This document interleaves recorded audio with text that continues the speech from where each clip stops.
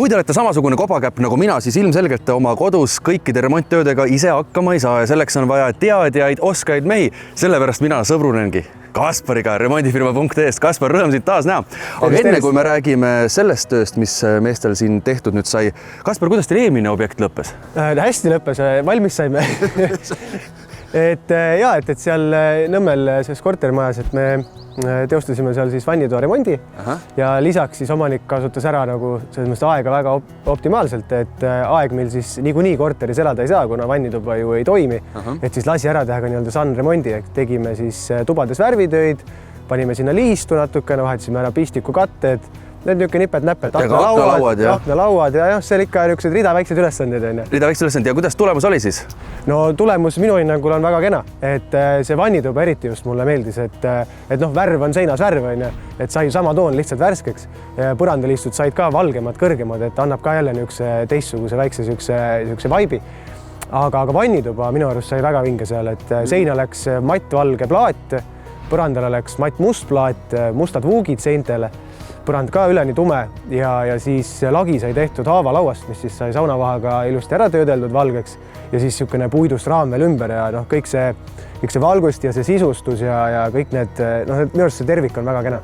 Tõepoolest on kenast, et kui meie sealt oma võttmeeskonnaga lahkusime, siis ma saan aru, et te mehed teete head tööd ja kõik seda, kui ma pärast neid lõpptulemust nägin, ausalt öeldes mind lõi pahviks. Tõesti, et sellisest korterist, sellisest asja sa tehti nagu ikka nii vinge ja tõesti vapustavalt ilus asi. Ja need on ainult ju tegelikult see jäämäe tipp, mida me tegelikult ju teile näitame, et töö käib meil ju taustal objektidel 6-7 korraga, et samasuguseid asju meil valmib iga nädalaselt. Ja nüüd lähme vaatame, mis siin majas siis asja valmis sai. Nii, siin me siis vahetasime ära terassi ukse, terassile pääsu ukse. Et siin oli vana puidust uks ennem, aga inimesed tahtsid seda uue vastu vahetada, et moodne ja käiks paremini, et vana oli niisugune väsinud ja õnnetu juba.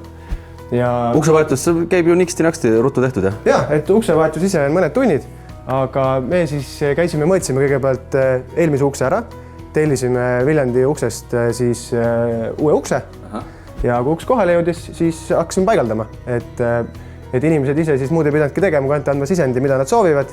Meie pakkusime siis terviklahenduse.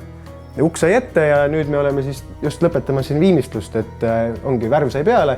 Aga see on ikkagi edastagase käimine, nagu see, et mulle ütles, ta ei ole päris selles, et mõtlete, et nüüd vahetame ukse ära, enne tuleb siia mees pool tundi läheb minema, et tegelikult siin ikka see ümbertööd on ka natuke, et ukse saab küll ette, et külmele tule tuppa ja soe lähe toast välja, aga tegelikult sellist nagu edastagase käimist on oma jagu ju. Ja see on täpselt see, mis ma olen varasemalt palju rääkinud ka, et meie teeme ka väga pisikesi asju ja väga ka niisuguseid tüütuid asju, et on vähe niisuguseid ettevõtteid meile teadaolevalt, kes suudavad ette võtta niisugust tööd ja seda nagu optimaalselt ka teostada.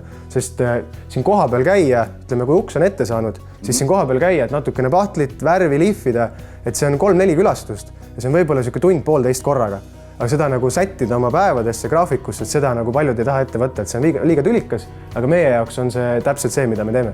Ja siin ma näen, et natukene vist on meil midagi teha. Ja, värv kuivab, niipea kui on värv kuivanud, siis saame lõpuliistud ära paigaldada ja ongi kogu lugu, et siin on nüüd täna õhtul tuleb veel meister läbi, teeb viimased nõksud ja ongi kogu moos, ongi nii-öelda see lõpuks siis valmis saanud. Ja sellist uste vahetamist tuleb tihti ette?